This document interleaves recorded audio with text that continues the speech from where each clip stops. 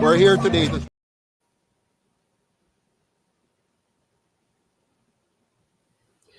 Good evening, everyone, and welcome, welcome, welcome to the live. We're glad you took time out to join us today, this evening, to remember a very important event that happened on this day, September 22nd, 2021.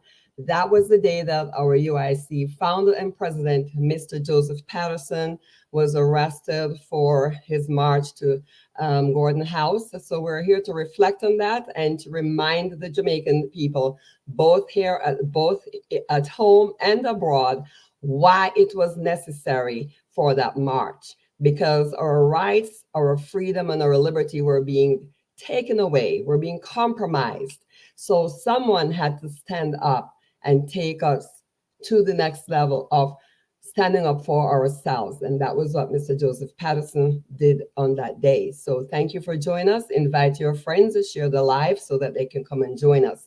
So we'll be having here on the panel today, Mr. Joseph Patterson, the NEC board. Dr. Harvey will be here to give us an update. We also will have two of the individuals who were arrested right along with Mr. Patterson to give us their take of what occurred. And of course, Mrs. Patterson will be joining us as well. So we're so glad that you're here with us today. And we just want to thank you for taking time out of your busy schedule to spend with us. Thank you so much. So at this time, I will ask everyone else to join us. We have Abigail, who was one of the persons who was arrested right along Mr. Patterson, Kevon Harris, and of course, Mr. Patterson is here. We'll be joined by Dr. Harvey. We'll be joined by Mr. Chase Neal and the rest of the board members. Okay, so here we have UIC Chairman, Miss Elliott, and then of course, Mr. Chase Neal is here, and Miss Carrie Ann Walker, who is our treasurer, is here, and Dr. Michael Harvey, who is one of our long-serving board members, is with us as well. So welcome everyone to the live. Again, share, and let everyone know that we're here to remember a very significant income, a very significant happening back in 2021. At this time, I'm going to share the pledge because UIC does have a pledge. And the pledge goes like this: as one who loves my life, my liberty, and the right to earn, own, and freely enjoy my property, I pledge to respect and help to protect the life, liberty, and property rights of all others, to do my part in helping my fellow citizens create a safe, clean, and orderly society where all may live, earn, and retire with dignity in true liberty, and where unprovoked force and fraud are abolished from all human relationships, so that we may finally become one Jamaica, united, strong, and free. So that is our pledge. So you may wonder, what is the objective of tonight?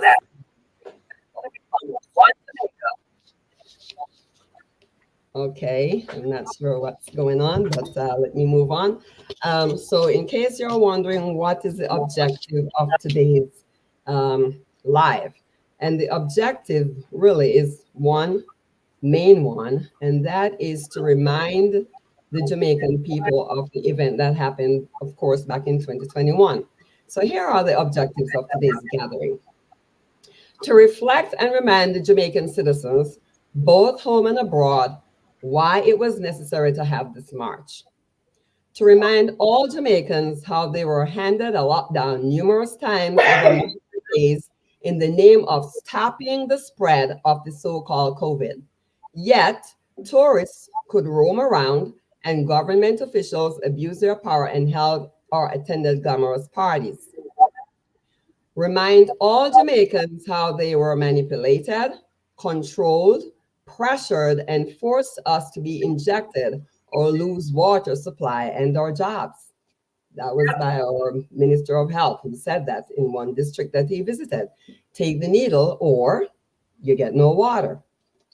Another reason we are here is to remind Jamaicans that while others stayed silent and or conformed, the UIC stood up to the tyranny and dictatorship to protect our rights, our freedom, and our liberty. We're also here to remind the Jamaican people that the UIC was the only party that spoke on behalf of the people to provide treatment options or treatment choices or treatment alternatives instead of forced mandates. We're also here to remind Jamaicans at home and abroad that the UIC founder and president withstood the test of times and made a sacrifice to protect our rights, our freedom, and our liberty. And finally, we're here to reassure Jamaicans his actions on that day, which continues today, demonstrates the UIC's unwavering dedication and commitment to transform Jamaica into a first world country by stomping out corruption, reduce crime, protect all Jamaicans so we can have a clean and orderly society without interference from the government. We also want to show the audience that when we work together, we can rebuild a better Jamaica from the ground up. What does that really mean? It means the forgotten citizens will have a chance and equal opportunity to be successful in life. This is why we're here. So as you listen to our presentation, I hope you will see our passion, not just the ones who are here now with us on camera, but also the many members that we have around Jamaica and in foreign countries like Canada and the United States and the UK. And the ones of you who still haven't joined Jamaica will join the UIC, will choose to join the movement so that we can work together to build a better Jamaica. So at this time, I would like to introduce the board members. Okay, so we have on screen, we have, let's see, of course, everyone knows Mr. Patterson, and we have our treasurer, Miss Carrie Ann Walker, and of course, we have Mr. Chase Neal, our vice president of Middlesex, and we have to give him a shout out because he's running for the Northeastern and election, in that by-election, by the way, coming up on the 30th, okay? So we need to lend our support to him and let us see if we cannot get one seat into Parliament. We just need a step in the door, people. If we just get one candidate in, then that will open the door for many more candidates to join. And now we have also our chairman, Ms. Elliott, Chief Elliott is with us tonight. And of course, Dr. Harvey, our longstanding member. And we have the two individuals who were arrested along with Mr. Patterson. If I may ask Ms. Carrion and our UIC chairman to give a quick introduction of yourselves. 2 seconds. Ms. Carrion, you could go first. I'll go ahead. Yeah. Yes. Again, my name is Carrie Ann Walker, and I joined the UIC political movement in January of 2024. It's been my honor and my pleasure, and I'll tell you that up for Against Injustice, UIC caught my attention because the UIC political party in Jamaica was one of the few that was doing the battle that so many of us worldwide have been doing, both individually and in what they now considered as the freedom community. Because and again, going back to the UIC, we need your attention because this is the party that stands for the people and has proven their commitment to the people through their willingness to sacrifice their safety, their security, their freedom to defend the rights of all Jamaicans. So we need you guys to come on board, join, and support the movement. Thank you so much, Treasurer Walker. Thank you for sharing with us. And now our chairman, Chairman Elliott, if you could just give a few words about yourself real quick. I'm Patrice Elliott. I'm a therapist, and I was introduced to the UIC whilst I was in Northern Ireland. So I've been a member for about 2 years. When I came to Jamaica, I applied for the position for chairman or chairperson, and they voted for me. The reason I joined UIC is because I'm a lover of philosophy, so I'm a lover of freedom.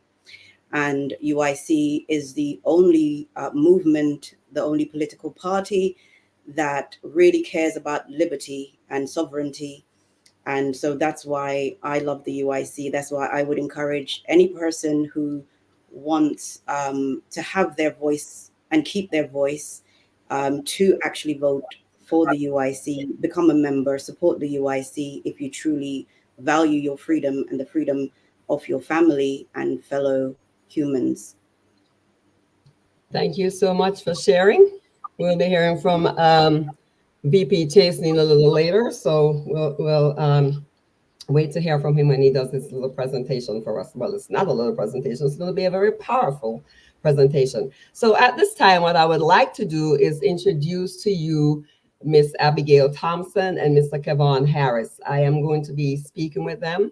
I'll start with Abigail to ask her how did she hear about the UIC, because she was one of the individuals who was arrested right along with Mr. Patterson. Miss Abigail? Can you hear me? Hi, good night. Yeah. My name's Abigail. As forementioned, um, I back in 2020, back in 2020, um, after the lockdown was announced and there was a lot of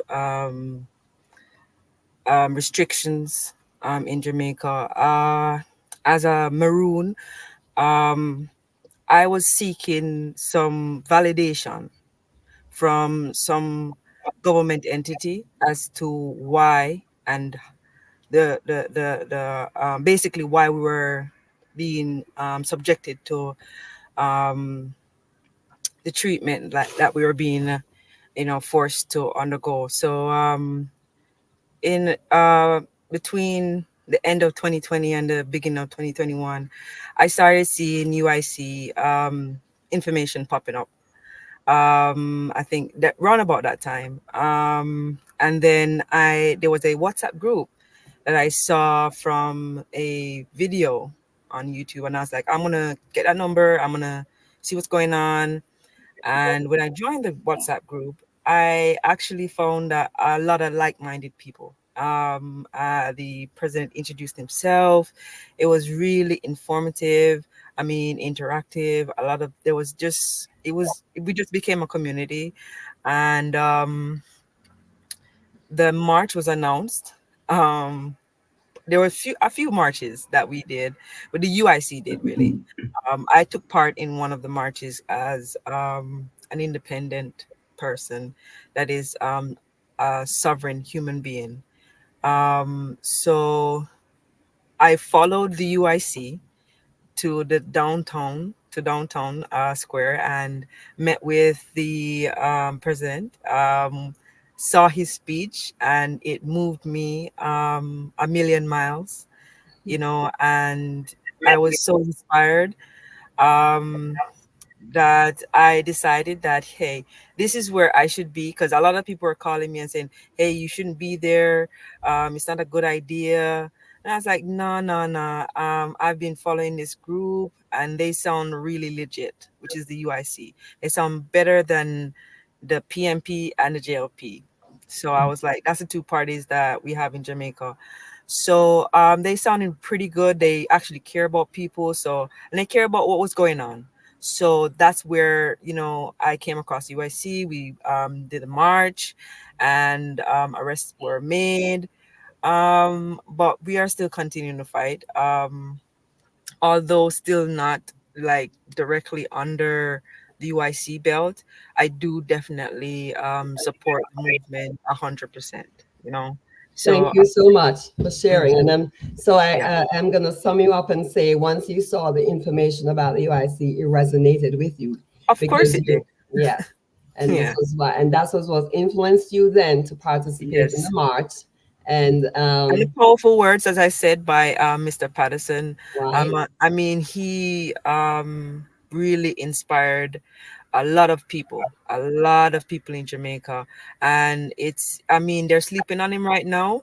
But believe me, I know that a lot of people has heard his voice, have heard about these actions, and are looking forward to like a better Jamaica. So with his party, so we're gonna see what's gonna go on.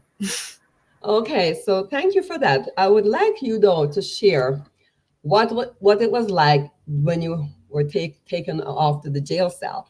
What was that experience? Real quick, in about 3 seconds. What was that experience like when you were taken there? It was crazy. It was really really crazy. But again, be I had the support of Mr. Patterson.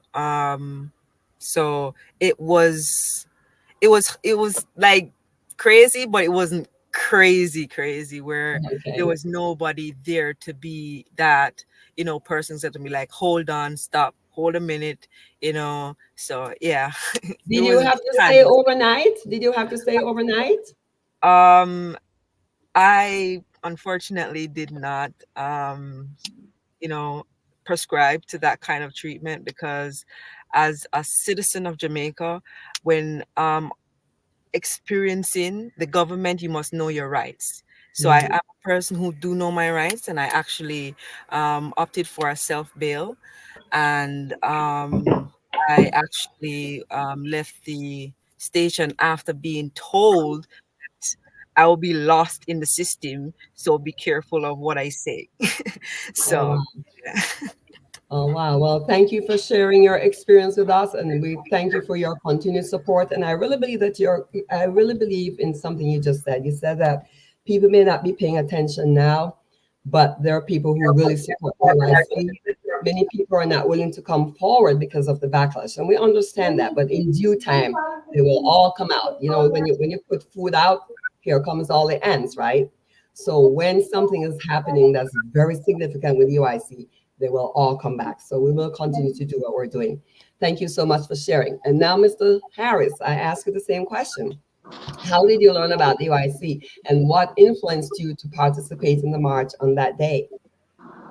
Yeah, good night, everyone. Good night to our founder, um, Mr. Patterson, and his wife, and chair lady, our vice president, and all executive members. Good night, and thanks for having me tonight. Well, I heard about the UIC online. Mr. Patterson's voice was very calling. Each time I heard it, I hear something in my spirit telling me to get up and do something. You understand? So that was what motivated me um, to follow the movement. However, I didn't know fully about the march or the UIC until I was passing after I dropped my wife off at work. So I was coming up and I saw the gathering. I stopped by park and I was there, listening and mostly gathering content. And I wasn't there for about 15 minutes or less. I was accosted by the police, you understand, and taken to Central Police Station, where I was arrested and charged for um breaking the DMR and some other stuff, resisting arrest and stuff like that. Okay, awesome. Well, thank you for sharing. And what was your experience like when you got to the jailhouse? Did you have to stay overnight? My experience was worse before I even got to the jailhouse. My experience on the road was literally my life turned upside down in less than 10 minutes. I was on the front of the paper, you understand, and I was abused by the police. This police guy literally tried to pluck my eyes out. He had, and that is the reason why I even had to try to defend myself, because I thought he wanted to kill me. He literally have his hands trying to poke my eyes out. You understand?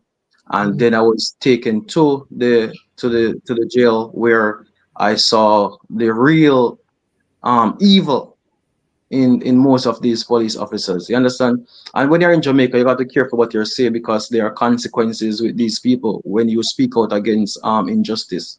And how they treated Mr. Patterson and how they treated us, we were treated like common criminals. We were treated like dogs. You understand? There were no humanitarian, there was no hospitality. There was nothing there. We were treated so badly. If we didn't have a mind of our own and know who we are, you understand, our value and stuff like that will be trampled upon. But because we are a strong individual and we believe in ourselves and we believe in freedom of movement and freedom of speech and stuff like that, we persevere, you understand? And I got to lift my hat off to Mr. Patterson and Mrs. Patterson and the entire team of the UIC will never leave us behind, you understand? Because I believe that if it was like the PNP and the JLP, we would have been left behind, Dakar, because they are. So I'm grateful for everything that they have done for us. You understand? Through this journey, it have been a long time. You understand? Affect my life, and I know it have affected Mr. Patterson's and his family's life as well. And but we are trying to overcome. We will not be giving up. You understand? We will not be surrendering. We'll stand with fortitude and power and resilient in this fight against injustice and for our rights. Thank you so much for sharing. And I had no idea that it was that bad, but you hear the public. I'm glad that they're Jamaicans. Listen to this. Is this what we want for our Jamaican people? Yes, we want to be able to have better treatment, but are we getting that from the corrupt parties? No, we're not. So this is why the UIC is here, is to make these changes so that Jamaicans can be treated like human beings. They weren't doing anything wrong. You'll hear from Mr. Chase Neal a little later about the events, the timeline about the events, and you will find out that we had every right to march, because what were we protecting? Our rights, our freedom, and our liberty. Without that foundation, we have no legs to stand on. Okay, at this time, I want to introduce Mrs. Patterson, because I cannot begin to imagine what was going through her mind as she saw her husband being arrested for standing up for the Jamaican people. So, Mrs. Patterson, I want to put you on the spot, because this question just came to my mind as I was preparing for this live. And I have to ask you, how did you respond when Mr. Patterson shared with you that he was going to start a political party? Coming back to Jamaica, he's going to start a political movement. He's tired of hearing the chit chat, everybody talking, but no one was willing to stand up and say, I am ready to lead these people in Jamaica to a better place. How did you respond to that comment?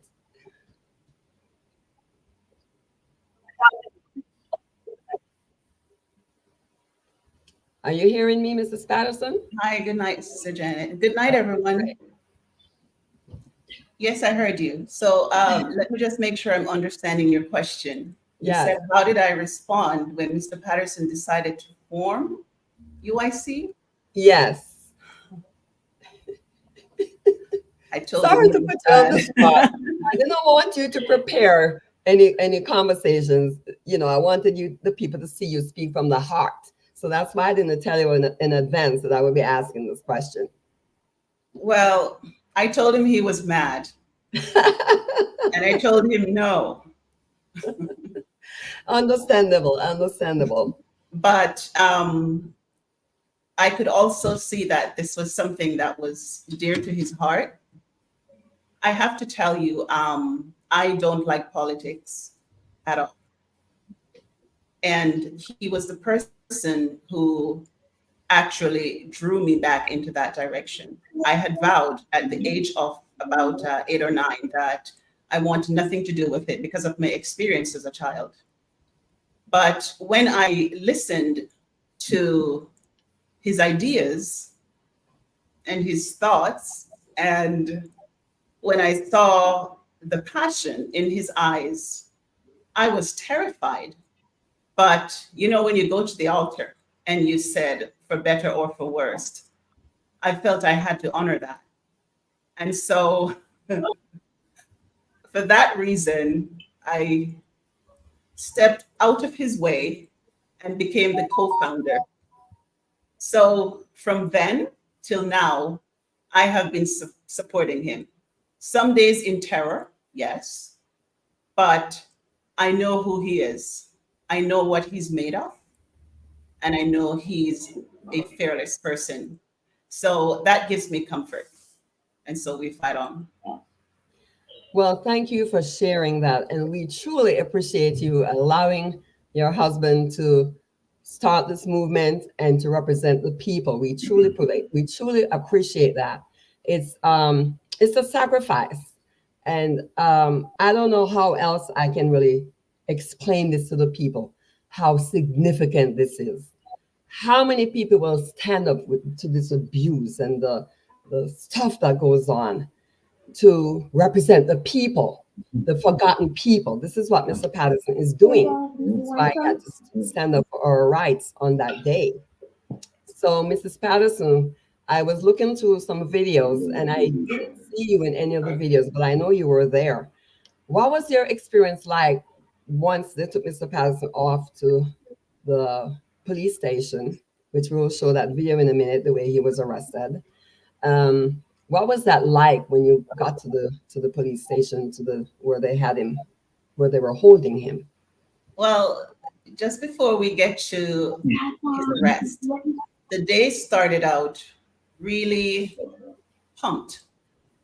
We knew what we were going out to face, but we had a purpose. We had gotten several calls from people who were afraid to come forward because their jobs were threatened, their children were threatened.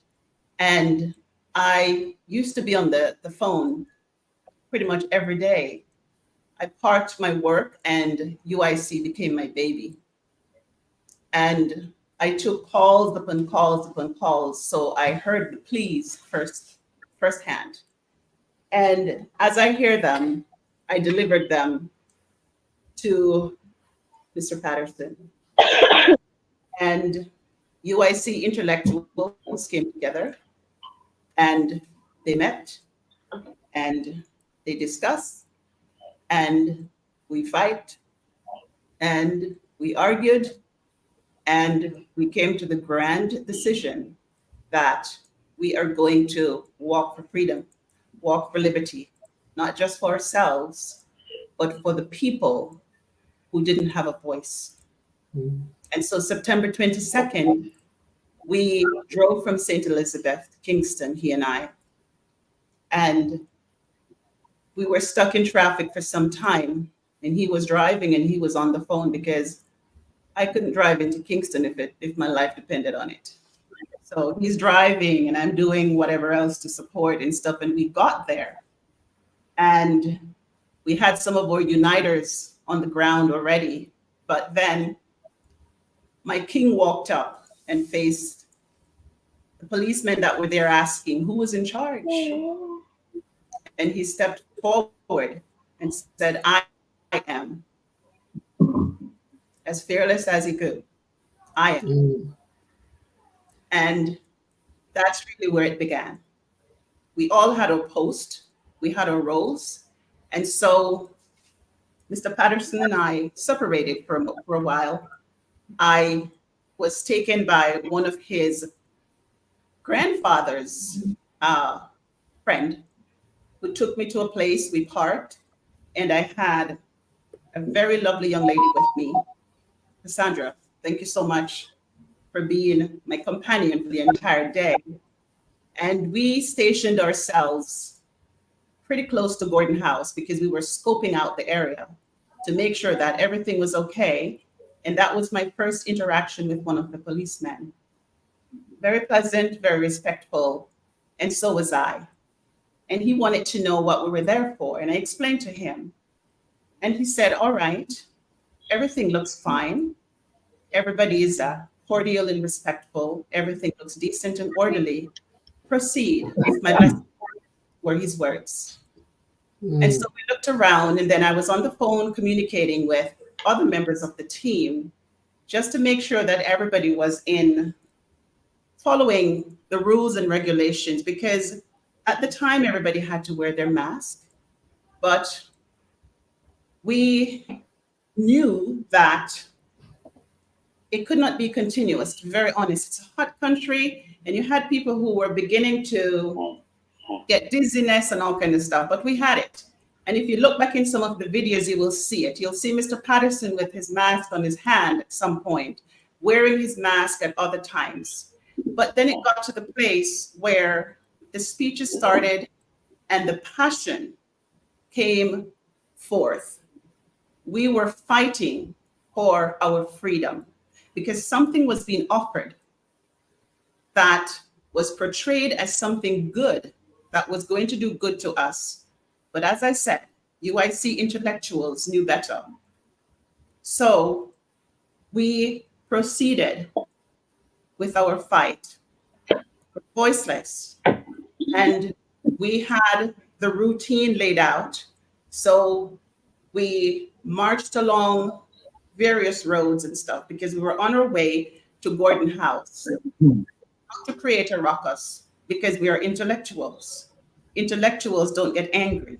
Intellectuals don't break things. Intellectuals don't lose their cool. We speak from here.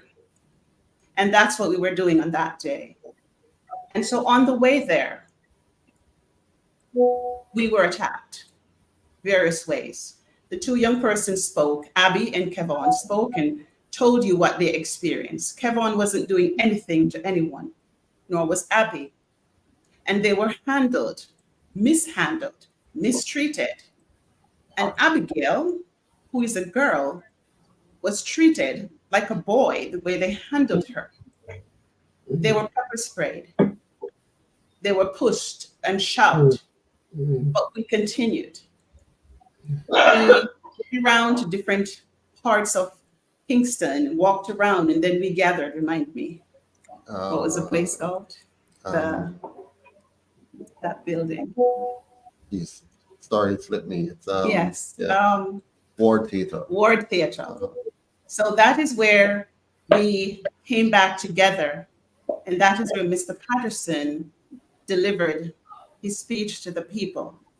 And that is where the people understood that we're there to fight for them, to help them, to have the voice that they needed to protect themselves, to protect their children, protect their livelihood. And so we were there, and everything was fine. As I said, peaceful and orderly, because that's who we are. And I was going through the crowds at different places. I wasn't in one spot. And as I said, I had Cassandra with me. And so we're moving about. And at one point, I went up to my husband, gave him some water. And then I stepped away again. I said, I'm just moving through the crowd, making sure that everything is okay. And when I stepped down, I noticed the police were in the area. And I was speaking to a person who needed some more information about why we were there. And then someone shouted out to me and said, hey, they're beating up your husband. So I turned around, and they had already grabbed him, pulling down the steps of the building at Parade, and was making their way to the police vehicle with him. So I bore my way through the crowd, and I got there close enough, got as close as I could, because people were now gathering because they're wondering what is going on. Why is this? Why are they taking him? He's not doing anything to anyone. And so they shoved him in the car, and I bore my way through a couple of people and got to close enough to the car. And then one of the police turned around and said, that's my husband. Why are you taking him? And so I was trying to push myself in the car with him. And then he turned and he shoved me in the chest, said, move. And so they pushed him in the vehicle, and I stood there kind of numb and watched the vehicle slowly drove away as they asked the people to clear the way with him. I stood there and I didn't know what to do. And I said to Cassandra, where are they taking him? Where's the police station? She said, I'm sure it's probably Central, that is somewhere down the road. Now, as I said before, I don't know Kingston. And when I stood there and saw the car driving away with him, a lot of things were going through my mind, because I know some people don't want to hear what he has to say. And when people don't want to hear what you have to say, they can do a lot of things. And so I said, Cassandra, take my stuff. And she said, where y'all go? I said, I'm going after the car because I don't know what they're going to do to him. She said, you can't go alone. I said, no, you stay here and keep the people in order, because that's who we are, orderly. She said, no, Mrs. Patterson, you told me this morning that you're a country girl. You don't know Kingston very well, so I can't let you go by yourself. I said, well, I'm going. And I found the latent strength to chase after that police car. I think it was the morning before I said to him, I've been working so hard. Every joint in my body is hurting, but we're still going on the road. And so she took the papers I had. So we're distributing flyers and stuff, and I gave her some, and I think I had the rest, and I just tossed them. And then I started down the road after the police car. And she said, no, I'm coming. And so she started right behind me. And I was just going, following that car like a mad woman, because I was afraid. I was terrified, because I'm saying, if they're shoving and pushing him right here in the open, what are they going to do to him in a closed vehicle? And so I ran and I ran and I ran, and I was tired. But we finally got there to the police station. Thank God it wasn't all that far. We got there, and then by that time, he was already taken inside. I pushed my way again to the door where you had policemen with big guns. And at that time, I wasn't just tired, but I was angry. And there were a few policemen there, and I said, move out of my way. My husband is in there. And they said, no, nobody is going in. I said, I need to go in there. I need to know what's happening. I need to know why he was arrested. And there was one young man there, it's a policeman, and he said to me, who is he to you? I said, he's my husband. And he looked around for a little bit, and then he said, go. I went in, and I thought, okay, I can go and get some clarity on what is happening. When I entered the building, I met another policeman and another woman. I think she was corporal, brown clothes, something. But I said to them, and they asked me, who are you? I said, I am Charlotte Patterson. My husband was arrested just now. We're protesting peacefully out there. No one was doing anything wrong, and he was taken. So I need to understand what happened. Why was he arrested? And the policeman said to me, you're not supposed to be in here. And then the lady responded as well in a very ugly way and tell me, get out, serve your right, get out. All of you should be arrested. And I stood there. I said, I'm not going to get out. So perhaps you need to arrest me too. And she said, I said, get out. And that conversation went nowhere. No one would let me go. And at that time, they threatened to arrest me. They threatened that if I didn't obey what they were saying, then I would be arrested. So I turned around, went through the door, and I was out there with Mr. Winston Wright. Thank you so much for being there. And we got on the phone, called our lawyer, went through that process, and I'm just cutting the story short. Mr. Patterson, the lawyer came, went in and saw Mr. Patterson. They came back out and he told me, your husband he's going to be locked up for the next 2 weeks. Mm-mm. And I said, no, he's not. He said, well, we did all we could at this point, and he gave me some instructions for you to do because you're going to have to go back home and keep some things in order. I said, I'm not leaving here today without him. He was arrested at about 10:45 in the morning, and at about 1 p.m., I left the police station to go and get food and water and to start my fight to get him out of the jail cell, because I was determined for him not to sleep there that night.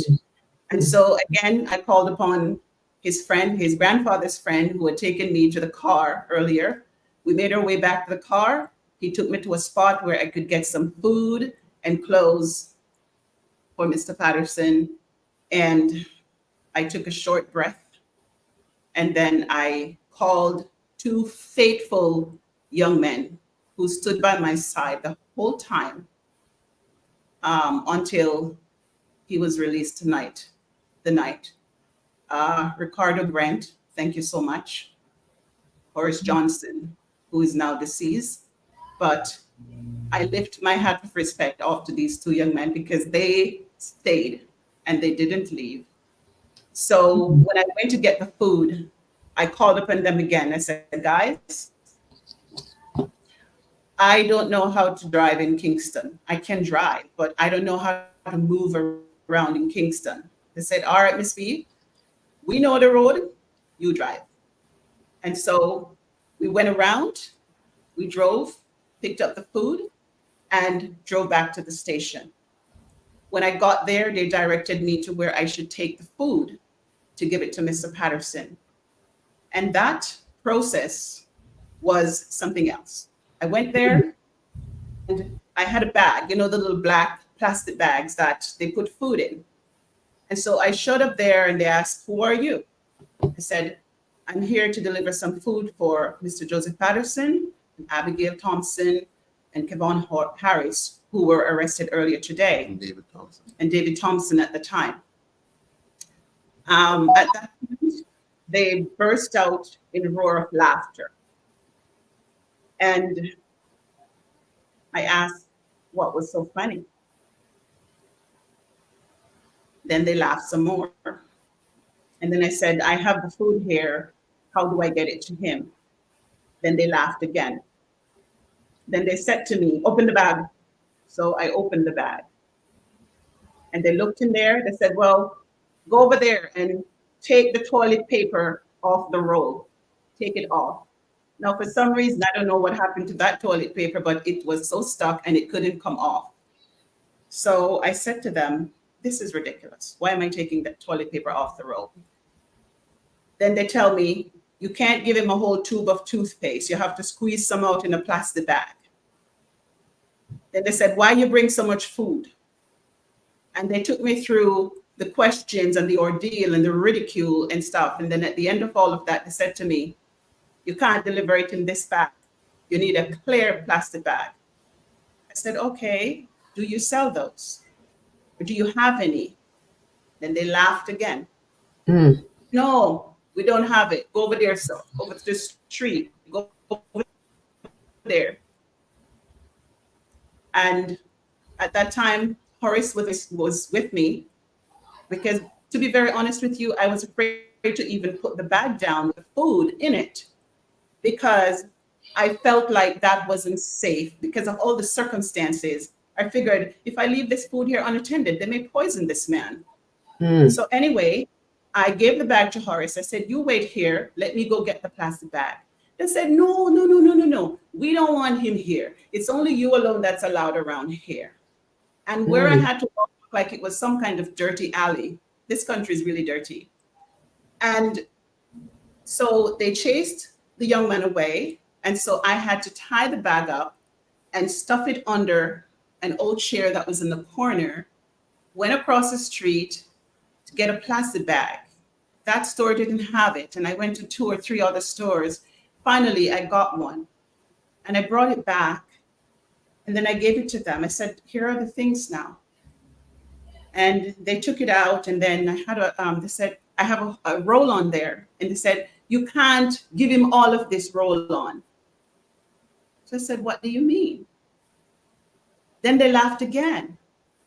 So finally, a young man there, he said, you have to take the roll-on off of the, you know how men's roll-on look. So I had to take the piece out that you usually apply and drop it in a plastic bag. Then I had to squeeze the toothpaste out of the tube into a plastic bag. And then finally they said, this is too much food. We're just going to take this and this. And then here, take the rest. And so they stood there and they ridiculed me for some time. And then finally they stuck their hand through the grill, took the bag from me. And I said again, is this it? Is this going to be delivered to him? How do I know? Can I see him just to give it to him myself? And they laughed and they pretty much say I was stupid. You don't know jail life. So anyway, they took it and I left to continue with the process of trying to get him out of that horrible place. I went around to the office section of the police station and explained to them as well. And it was yet again another ridicule. And when it wasn't ridicule, it was just this dragging of their feet and stuff. And so I stayed there for hours. And then eventually I called a relative of mine, got some information, and continued the process. I spoke to several people. I had the media wanted to do interview at the same time and stuff. I said, no, I'm sorry, no. My one aim is to get my husband out of jail so that he's not going to sleep here tonight and whatever. So that was it. So we went through the rest of the day. I went through the rest of the day going through everything. Now, at this point, it's now getting late in the afternoon and most of our members were chased away. Some had to go back to their families. Some had to go back to their work and stuff. So I was there. And then at this time, I was so tired. And they came and sat with me outside at the door of the police station. And they said, well, Ricardo Brand said, if it takes all night, I'm sitting right here with you, Mrs. Patterson.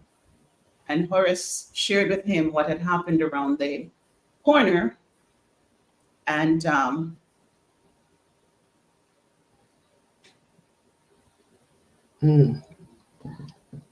Wow. Take your time, take a deep breath, Mrs. Patterson. Listening to this is just mind-boggling. I am just sitting here. I had no idea it was that bad. And I'm sorry that you have to relive this, but I'm glad that you're sharing this so that the Jamaican people can hear what actually goes on in the jailhouse, in the police station. To think that one man sacrificed his life I had for our so many life. people coming, Sister Janet. Wow. I'm so sorry. There were This is so why many we people have- coming to me that day. I didn't know, at one point, I didn't know who to trust. I had some people came and said, oh, we're police, and other came and said we were sent by members of the UIC executive team. I don't know, you know, and everybody looked weird. Everybody looked suspicious at that point, but we continued.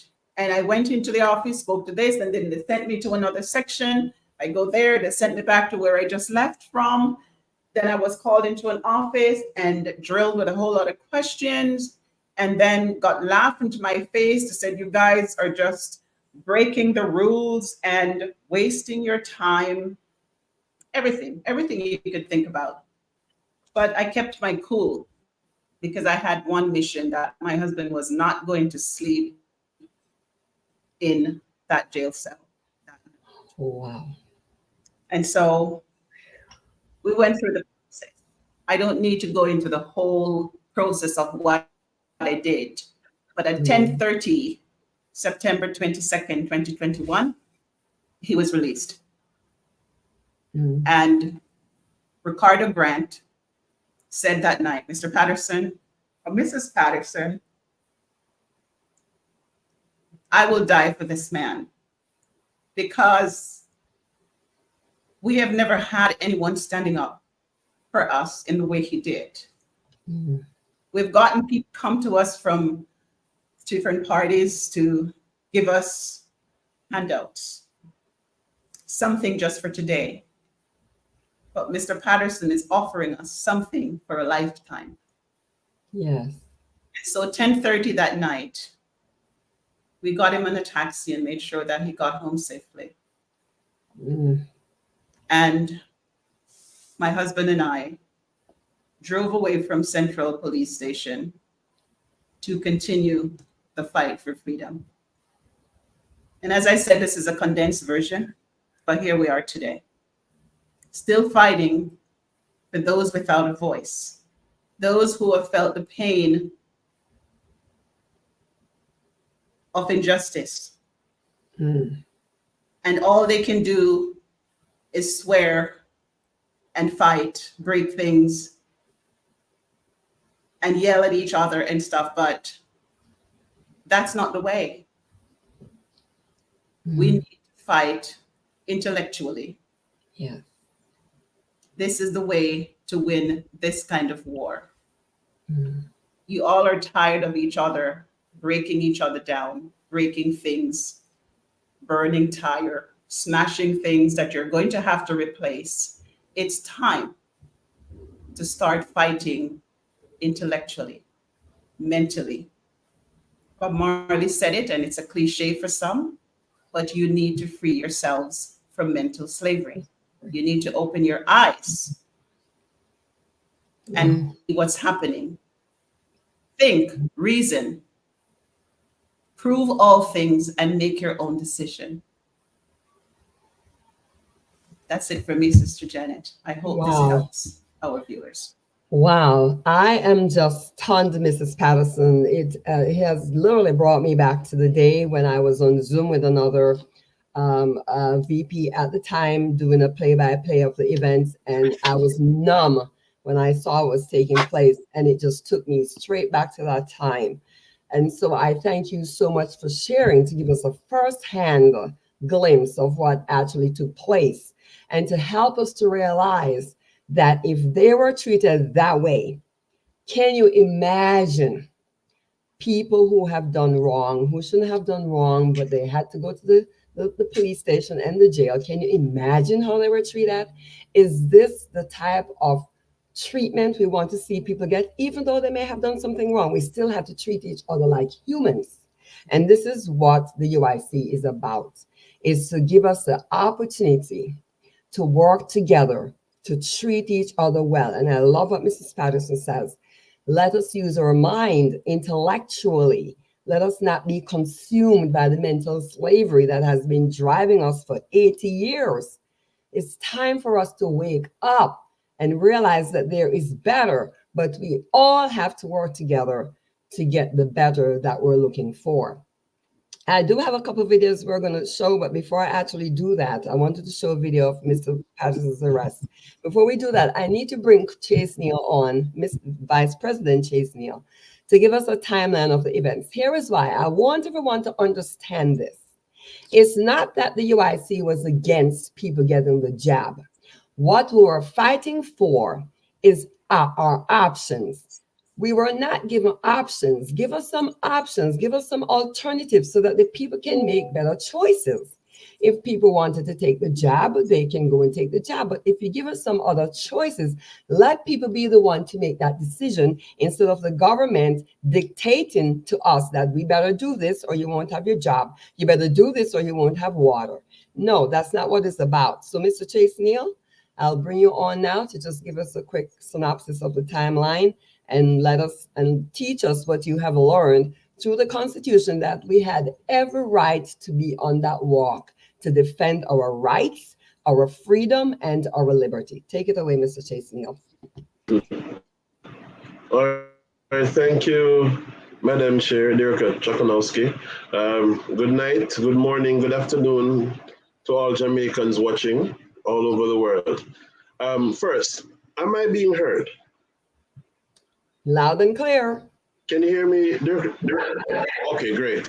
All right, so we'll be looking at a timeline of the events leading up to the march, but I also want to set the events against a certain context, against a background, because information being given without the background might not be meaningful nor appreciated.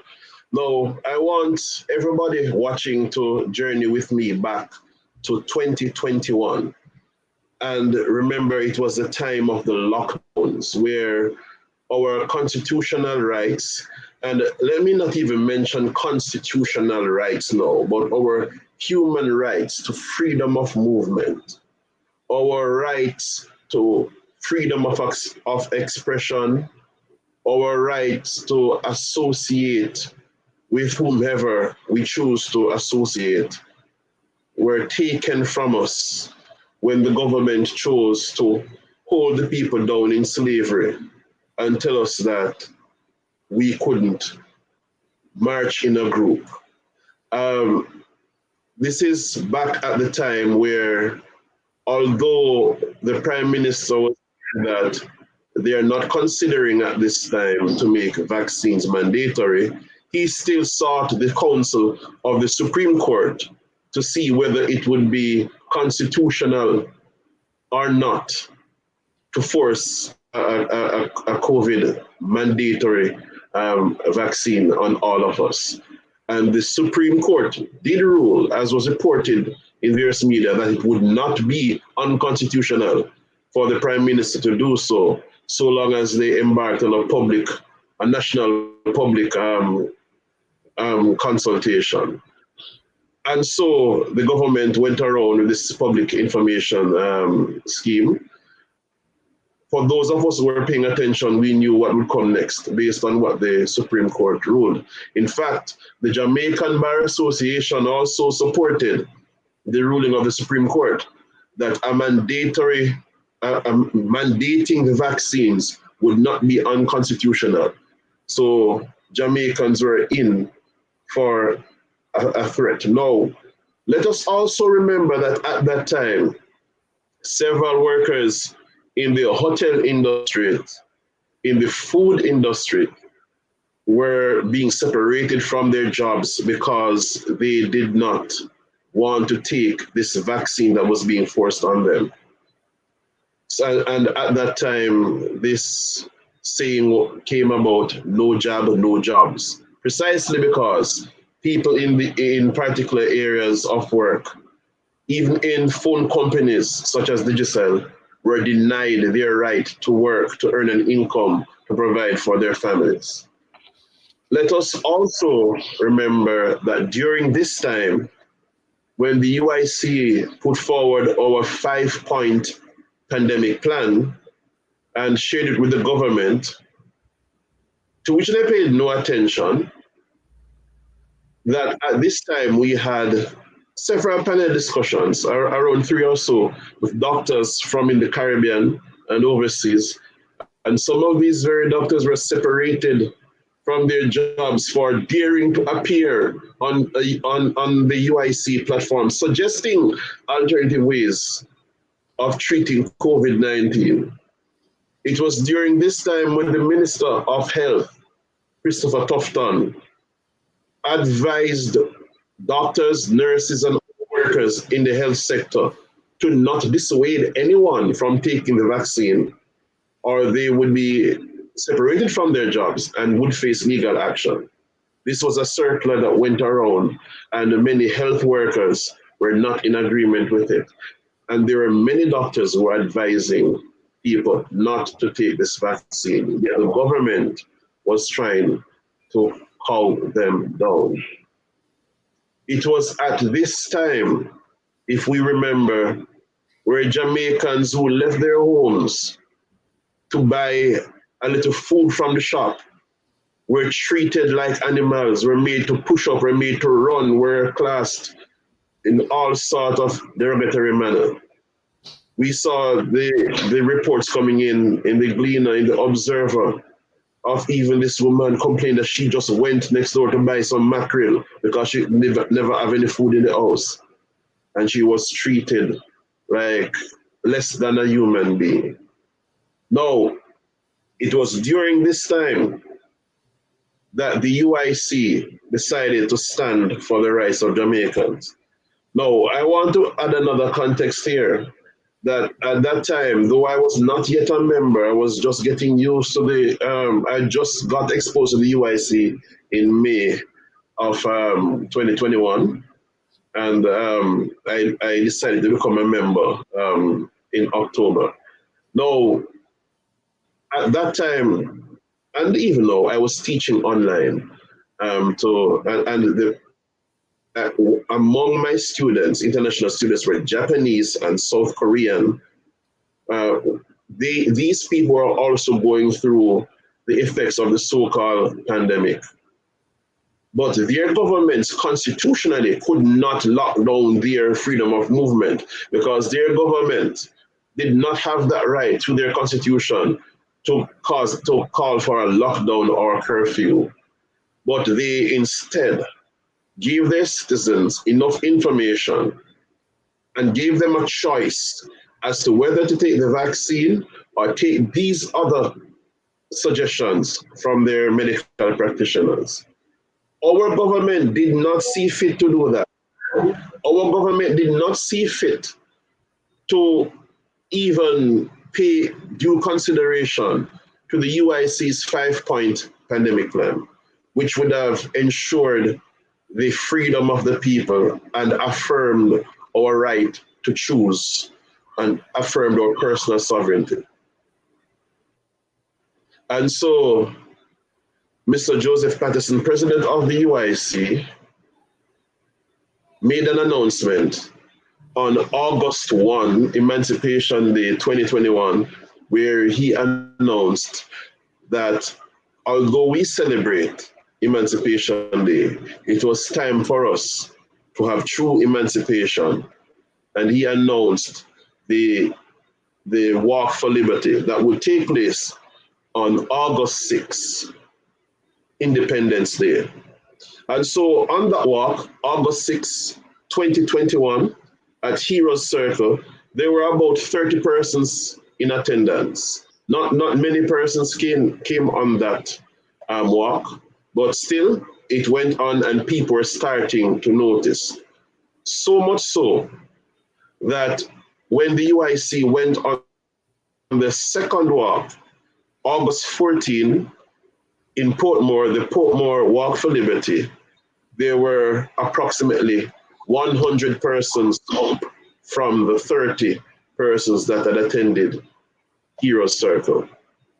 So we moved from August 6th, Independence Day at Heroes Circle, 30 persons or so.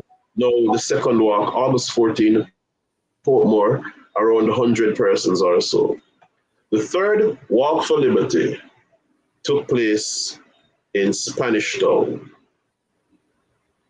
on August 28, 2021. And there we had an attendance of between 100 to 150 thereabouts. Maypen, September 4, we had the Maypen Walk for Liberty, and this was attended by around 200 persons. So we saw the law of compounding effect there. We kept on with it. Mr. Pat, and when I said we, I mean with the UIC, I was not yet a part. The UIC kept on with it, and persons were now showing interest. And after the Maypen Walk, we had the Mandeville Walk, and that also had an attendance of around 200 persons on September 11. Now, Mr. Patterson and the NEC agitated now for the participation of all sectors of society, for the walk on Garden House, because now it was becoming more and more apparent that the government was indeed considering a mandatory vaccine, that our right to choose would be taken from us, that all the other alternative measures that doctors who were separated from their jobs or who were ostracized in some way, all these measures would be lost to us, all these treatment methods. And so, working hard as a team, the UIC got the Maroons, the Rastas, the Nation of Islam, and all different sorts who were separated by religion and political views to truly unite for our rights to determine what we put in our bodies, for our rights to determine and to show that we have the right to walk this country in which we are citizens. And so on September 22, 2021, we had the walk on Garden House, which culminated in the arrest of Mr. Joseph Patterson and three others. Now, the charge that they laid against the persons who were arrested was the contravention of the DRMA, the Disaster Risk Management Act, and the Public Order Act. Now, I want to state here that although the DRMA is not being enforced at this moment, the Public Order Act still stands. And that act states that no Jamaican or group of Jamaicans has the right to walk in a march without getting permission from the police. What this is saying to us is that if we are being abused by the government, whenever we are being abused by the government, we will need the permission of the said abusive government to march, to protest. We need permission from our government to protest peacefully when they are mishandling our affairs or abusing us in any way. That is the Public Order Act, an unjust piece of legislation that was used to inflict harm and abuse on persons who were only standing peacefully for the rights that we should all be interested in protecting for ourselves and our future generations. Now, this is why, hello, the screen just, okay, this is why we should all never forget. We must always remember that the UIC stood for us, and the UIC is here to continue to stand for us when those who are controlled seek to control us. All right. Let that remain in your mind as we move forward with this presentation. Well, thank you so much for sharing that lovely bit of information to take us back in time to the events leading up to that day. And I'm noticing that Mr. Wright is here. I'm going to ask him in a few minutes to share real quick, like 3 seconds, because he was very, very instrumental with this walk, especially the one at Heroes Circle. So as you hear from Mr. Neal, we had every right to do that walk because we were defending our rights, our freedom, and our liberty. So, Mr. Wright, if you could just share with us your recollection of that day, please. It was about 2 minutes. Don't want to be long. Thank you for joining us. Good evening, Sister Janet. Good evening, Mr. President, Madam First Lady, and to the rest of the panel. Dr. Harvey, good to see you. My recollection of the day is well, let me keep it short. Yeah. On that day, I got to Kingston a little late because, coming from the country and having to make a long drive after work and then getting lost, it was crazy. Plus, I had to stop at the 3 Mile police station the Ferry police station, and that also took a bit of time after I got a ticket down there that day. But I got to the event, which had already started, and I met up with the president and I was briefed as to the happening, and that persons, I think it was two persons, was snatched from the periphery of the crowd. And I won't go into the details of what else the president had shared with me on that day, but it was an indicator that something was being planned, something nefarious. And as usual, the president was very astute in identifying that play and alerting myself and others to it.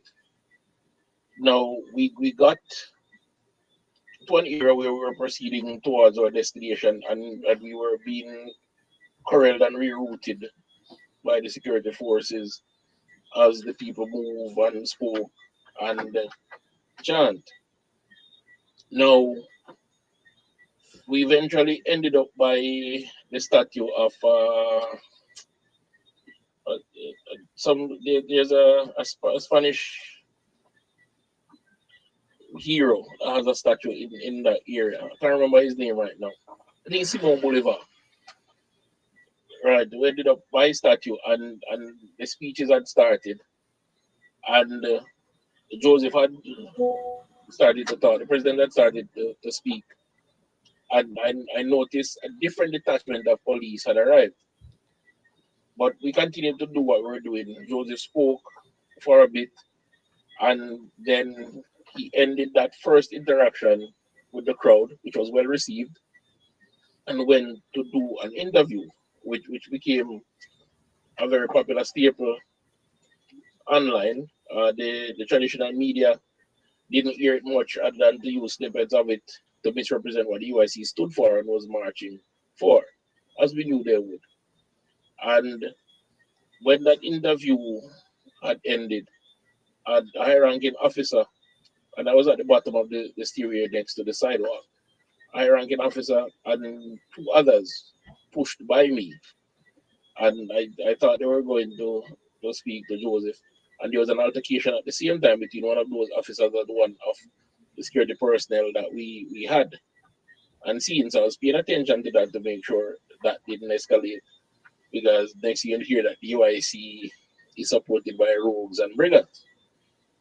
And I heard a yelling from a lady about the president being arrested, and I was just in time to turn and see them dragging the president down the stairs and trying to stuff him in a vehicle. And of course, the first lady coming unseen and trying to speak with them. As usual, the president and the first lady always conduct themselves with great grace and decorum.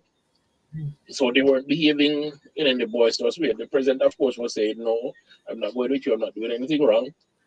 And they're trying to use a great deal of force, like they wanted things to escalate, to try to stuff him into this vehicle. And the first lady came on the scene and she was manhandled, which was very angry to me and especially the crowd. And of course, they sped off, and there was a policeman there, and I really thank him. And he indicated, and I asked him, because I'm not from Kingston, so where are they taking him? And he said that more than likely, since they're going in that direction, they're going to Central, but I can't say anything more. And I said, "Where is that?" And he pointed. I didn't know how far that was.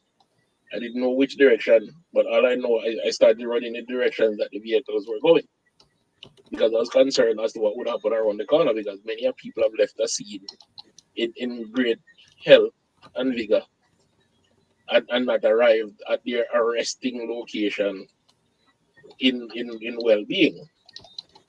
But anyway, the crowd surged as well in that direction, chanting that they have arrested the president and they're not going to stand for it. And I wanted to get there before them, but we all got there at the same time. And of course, I get to this police station, and it was like a garrison, huge metal gates, two metal gates, and gun holes cut in it, and all that sort of stuff. And as the crowd is coming loud, I am a bit ahead of them, and the gates slam shut, and all I'm seeing are combat geared officers with long guns, and they started pointing guns at the crowd, and they pepper sprayed an old lady. There was a gentleman that's well known that was trying to get to speak to one of them, and before he could say, he wasn't even trying to be boisterous, he just trying to get the officer's attention. And the pepper sprayed him and literally struck him to the ground, and this is a senior citizen. And I had to intervene between them and an old lady and escort the old lady away from here. And I'm saying, I just want to find out about our president. He was just taken here and move for your son, when I come with the lock up, move for your son, guns drawn, and it was like that. I tried to talk to a young lady, a young officer, and she wouldn't speak to me. And then she came back and I asked her a couple of questions, and she answered. And by the time she answered, that a female officer came, and she was most unpleasant and boisterous, chasing us away. And of course, persons took that the wrong way. But when they started getting incensed and demanding the president's release and started chanting what they'll do, realize that we need to calm that situation down before it escalates and the UIC gets blamed, which myself and other members that were there tried to do that. And after things calmed down a bit, first we're still in the air and upset. We decided to have them move on to another area while we worked on that. And it's at that point now I came in contact with the First Lady. And I was with her for most of that afternoon while she tried to work through the legal situation, as in getting legal representation for the president, advise us to how to proceed, try to see him, getting the runaround from the officers and location, including senior officers, being ridiculed, not being given any information. It was just a humiliating situation. It was like they were deliberately trying to make things difficult for her. They weren't serving justice. And in a country like this, where pleasure is derived from debasing someone, you know that there's something psychologically and emotionally wrong. Where wrong is not just the system or the people that control the system, is the people who participated in what can only be described as torture. Because if you have arrested a citizen of your country, a tax-paying citizen, and his next of kin is asking, "Can I see him?" There must be a procedure for that. Can I find out about bail for him? Can I find out the charges that are being leveled against him? And it's just going. We ask about for there, so you want to feel lock up. That sort of thing is it's really third world. It's really ghetto and crass. And those are the agents of the state that we employ. And this is just out on the periphery of the situation. But what stood out to me was how ordeal driven the situation is, particularly for Mrs. Patterson and Mr. Patterson, and how much pleasure the state took in what he was doing at that point. Also, a lot of people stood with the president that day, but also a lot of people stepped away at the end of that day. Never to be heard from again. It may have taken a week for some, it may have taken a month for others. But for me, the biggest part was that Joseph L. Patterson on that day, knowing the threat that was leveled against him by the tyrant that was in government, still is in government at that day, chose to stand up so that my kids, my family, myself, and many other Jamaicans had the choice to say, I will do this for my well-being, for my health, but I won't do that. Because the government was driven by motives and by what can only be considered the guidance of their mind as overseas, to make sure that only one opportunity was available to Jamaicans instead of a sensible solution, a solution tailored for Jamaicans. And for that, he was victimized in the most egregious and horrible way. And, if he tells you the complete story, for a man from humble beginnings who had elevated himself through hard work and education, to be treated that way, you can understand what others have gone through in a system that is supposed to presume innocence until guilt, until found guilty. So that day was very traumatic. I won't even peg my emotions to that day here because I do not deserve the elevation to the status of our president for what he did that day for all Jamaicans. Yes. Thank you, Sister Jenny. Thank you so much for sharing. And that's the emphasis we want to place on this Memory Day, is the importance of what he stood for on behalf of the Jamaican people. It wasn't just for himself. In fact, as I was doing a little bit of research on this, I happened to go over to the Facebook group of the law enforcement, and I was appalled at the comments that I saw from Jamaican citizens. And it lets me know that they had no clue and idea what Mr. Patterson actually did to help save them. They have no clue. And so we do not want to forget this time, because he didn't walk away. He stood up to the tyranny. He stood up to the challenge, and he said, enough is enough. Give us some choices instead of putting this pressure of mandates on us. At this time, I'm going to ask Mr. or behind the scenes person to play the video of the arrest so we can see it firsthand, how he was mishandled, even getting pushed into the taxi. He was, or the officer's car. He wasn't even fighting back, or what's the word they usually use? It won't come to mind now. He was complying. He wasn't resisting arrest. Yes, he wasn't resisting. Thank you. He wasn't resisting arrest. He was complying. Yet they were trying to make it seem like he was. So if you could roll that video for us, we just need to see that. For those of us who didn't get a chance to see that on that day, this would be a good time to show that video. Thank you so much.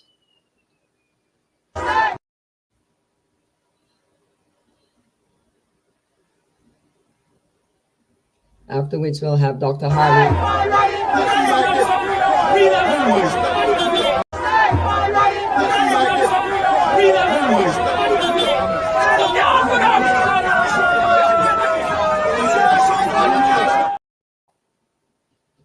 Okay, we may be having a little bit of technical difficulty, but you can see the idea, get a glimpse of that. And it was just appalling to witness that, knowing that we were in a...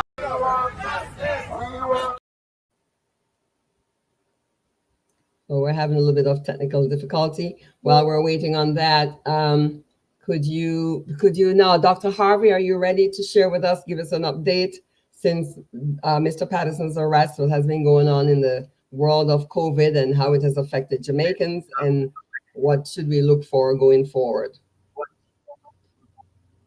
Right. Very powerful question. I'm a bit overwhelmed with emotion. We understand.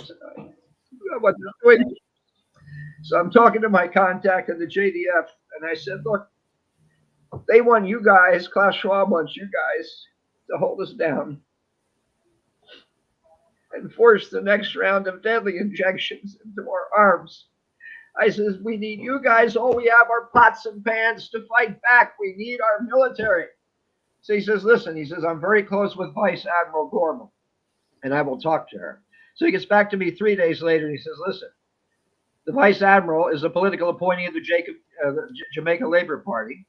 And if the PNP wins the next election, they're going to pick their own general or admiral. But he gave me a ray of hope. He says, the soldiers know what's going on. And they're... So sorry, Dr. Harvey wasn't they're trying on my to... email list. Yes. No, it's sorry. They're on my email list.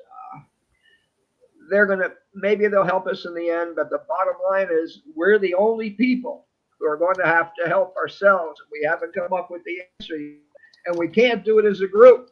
Listen, when somebody's trying to murder you, whether it's a gun or a knife or a hypodermic needle, you have the right to self-defense. Each and every one of us has to ask ourselves in our hearts, what are we going to do when they come for us? They only have a limited number of people that know how to give those injections. What happens if they're not here anymore? We're going to have to confront that we got to rise to the next level and stop it or we're all going to be dead. They're genociding the human race.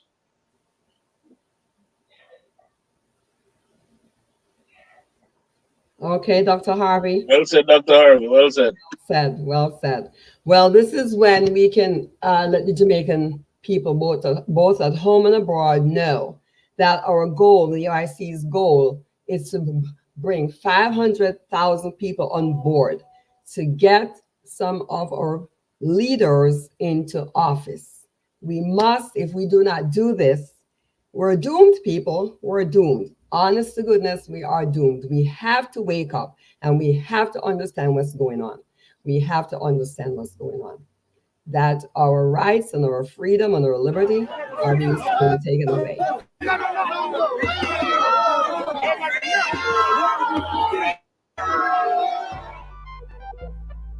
We're here to protect the rights and freedoms of Jamaicans because every Jamaican deserves the right to be free, to move, to speak, and to choose.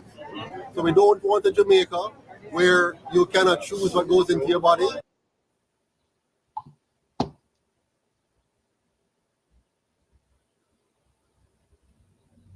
Sorry for the technical difficulties.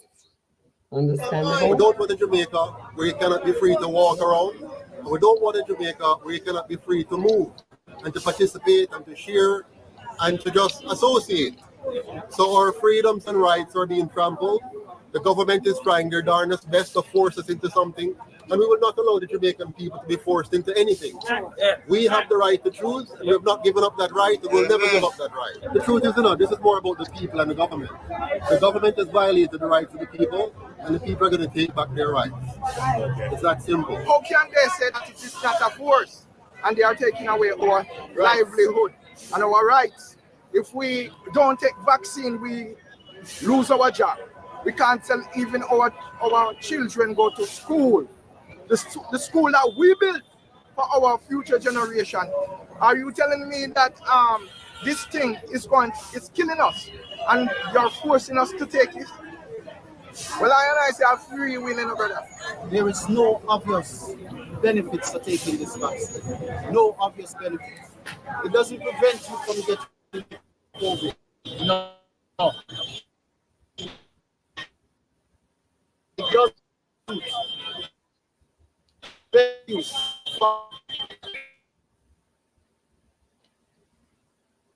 Sorry for the technical difficulties. That's We the way. stand today, a united force, not affiliated with any party, not affiliated with any organization apart from human organization.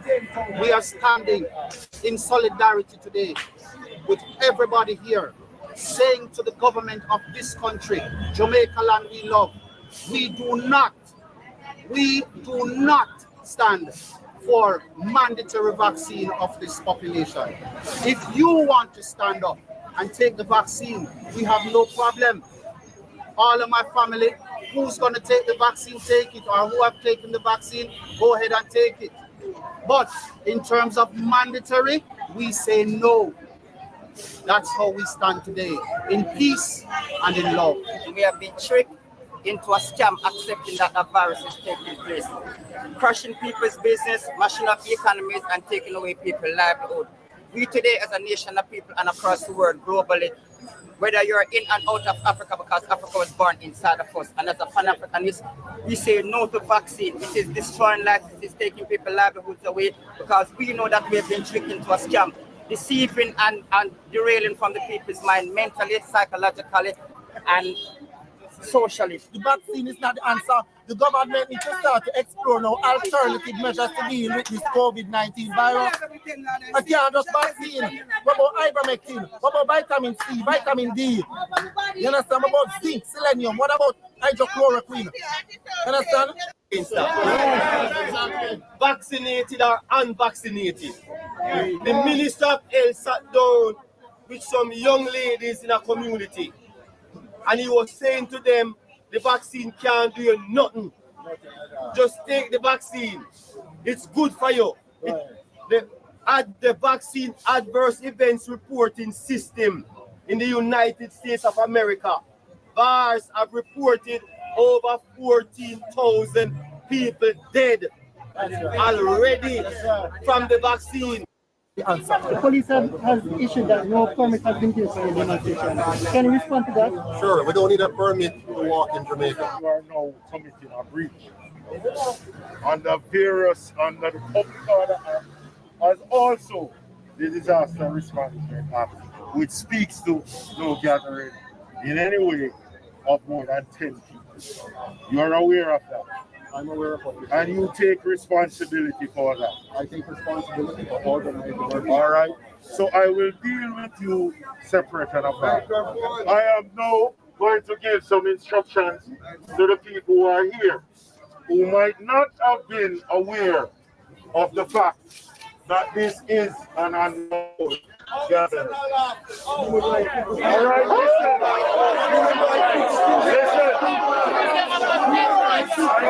We support the police, but we're opposed to tyranny. That's right. So we will respect and obey the police insofar as they agree to protect our rights to freedom of speech, freedom of movement, and freedom of choice. If the police chooses to go against our rights, then unfortunately we cannot support the police. We are here to police law and order. And we are not, I don't know if your leader has given you any information of him having any permission from the police to carry out any march here. He was not, hold on, and let me finish. Let me finish. And I want you to hear from me. I want you to be saying that I made an effort to speak to you and to let you know that this gathering is illegal and unlawful. We do not need permission to walk from here to the border.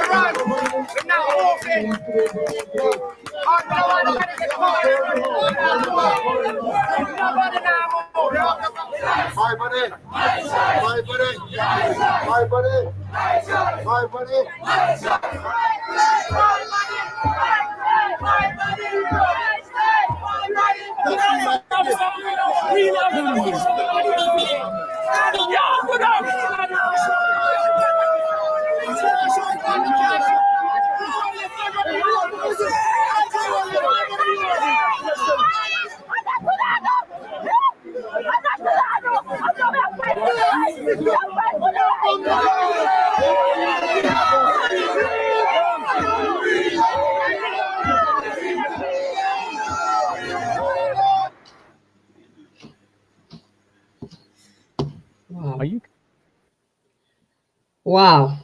So, what a scene that was that day. And this is why we cannot forget this. I want to also point out that the UIC did send a letter requesting a permit, but guess what happened? It went on deaf ears because, of course, they did not want the UIC to come and represent the people, to stand up for our rights, to give us choices instead of a mandate. At this time, I think I'm going to bring Mr. Patterson on to give us an update, because 3 years later, he's still going to court. And sometimes I feel like he does not have the support. He and his wife have been going to court consistently for the last 3 years. Why? I want everyone to think about that. Why? Why is that happening? Those of you who are listening to us right now, this is the time to get to your family, your friends, everyone who wants to see a better Jamaica, because the next video I'm going to show you will be an eye-opener. After Mr. Patterson speaks, you will see what has been going on behind the scenes in Jamaica, what the Jamaican government is doing behind the scenes. I didn't say it. Our own Jamaican people are talking about it, but a lot of people don't know about it. So, Mr. Patterson, the floor is yours, sir. If you could give us a little update, what's going on with the courts and your situation. And thank you again from the bottom of my heart for standing up for us. We truly appreciate it. Thank you very much, Director Janet, and thanks to all of you who are on here tonight, watching us live everywhere around the world. I appreciate it.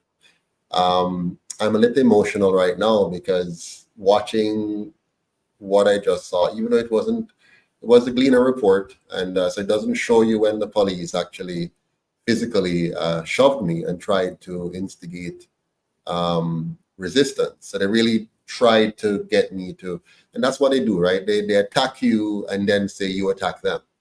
And I see them doing a lot of that around the country, where they instigate the people, they frustrate the people, they push the people to the brink.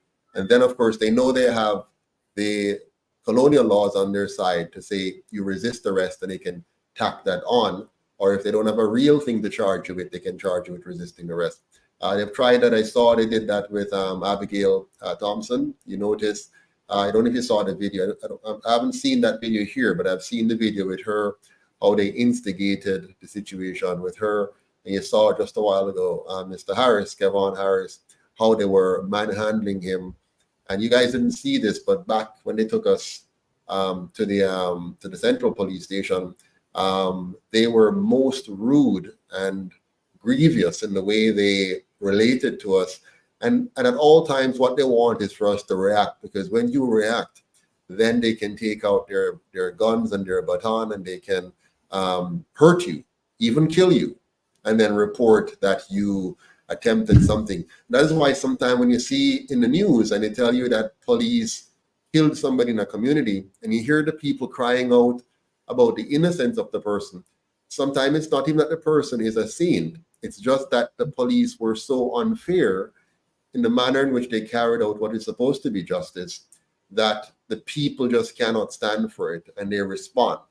Of course, there are times, of course, in society where, some communities protect criminals.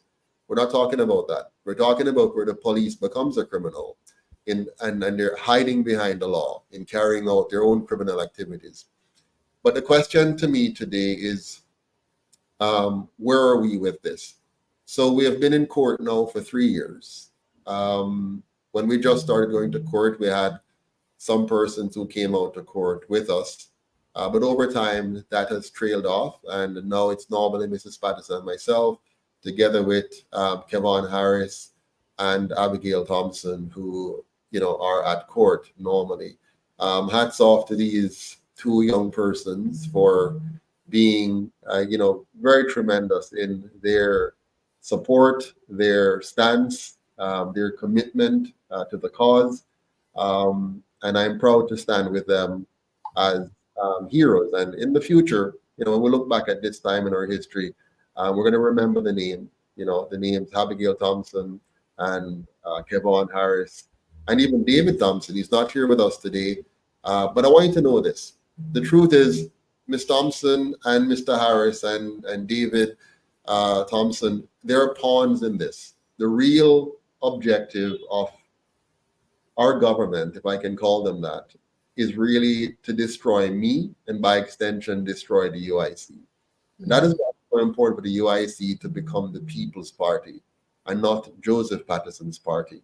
The UIC needs to become a force to be reckoned with, whereby it doesn't matter what they do to any one of us, it does not diminish the efficacy and potency of the UIC movement. And so we have to take ownership of this party, and we cannot take ownership of it if we don't fund it. So you'll always hear me trying to remind us of the importance of funding and owning this movement. The two other parties are funded and owned by local and global elites. Make no mistake about that, right? They're funded and owned by the global elites. And as long as we, the Jamaican people, sit here and hope and pray for either of those two parties to ever come to our rescue, you're making a sad mistake. When the powers that be decided to inflict upon us the pain and suffering associated with the pandemic, you will notice that both so-called political parties were nowhere to be found in defense of the Jamaican people. They both coalesced around, supported, and pushed directly or indirectly the directives given to them by their true masters. The Jamaican people are not the masters of our government. We do not own this government. We do not control this government. And we only indirectly fund it by the taxes they force us to pay. We're actually for our own demise, our own slavery. And so tonight I want to speak directly to the Jamaican people and open your eyes to the fact that you and I are still slaves in a system of slavery disguised as democracy. And so it's time for us to rise up and take control of our own destiny. Paul Bogle died for this. Nanny died for this. Sam Sharp died for this. We do not take up the mantle and take up the baton and push forward. And the beginning of that is by owning your own political movement. Marcus Garvey taught us that when he created the first political movement in the history of Jamaica. And because he had the foresight and the insight and the wisdom to do so, the powers that be, the plantocracy back then, which is the PSOG today, the media back then, which is the Gleaner Company today, and the political parties back then, which still stands today, they all colluded, joined hands, and they got rid of Marcus Garvey, and they got rid of the first political party, and they replaced it with two false, fake equivalents that we now know as green and orange. So today they have us still in court. So we have been in court since September 22nd, 2021 until now. They charged us with breaking the DRMA, which is a fake law because it actually contravenes the very document they call a constitution. And they charged us with the Public Order Act, which is as ancient as colonialism itself and was designed at the time to keep the slaves and the fakely released slaves in check. It's a very simple strategy. If the slave has to ask permission to walk the streets or to bring grievance against the governing power, you simply shut them down by saying, you're breaking the law, we have to give you permission to do it. As long as we have to get permission from the government to protest against the government, we do not live in a free and fair society. We live in a dictatorship disguised as a democracy. As long as you need permission to walk on the public streets, you are not a free man, you're a slave. And so as long as we have to go to the government and ask permission through their militia, labeled police, we are slaves. And so we decided that we do not need to ask permission, even though some of us on the executive did decide that we should still write a letter, not to ask permission, but to inform the authorities of our actions. And we wrote a letter and we informed them that on the day in question, we were going to be doing a march from the Ward Theatre to the Gordon House, and that it was going to be very peaceful. We were not going to block any roads. We're not going to destroy or damage any private or public property. We had one intention and one intention only, was to give the Parliament a letter explaining and outlining why it is important for the government to immediately cease and desist from pursuing any form of mandates whatsoever against the Jamaican people.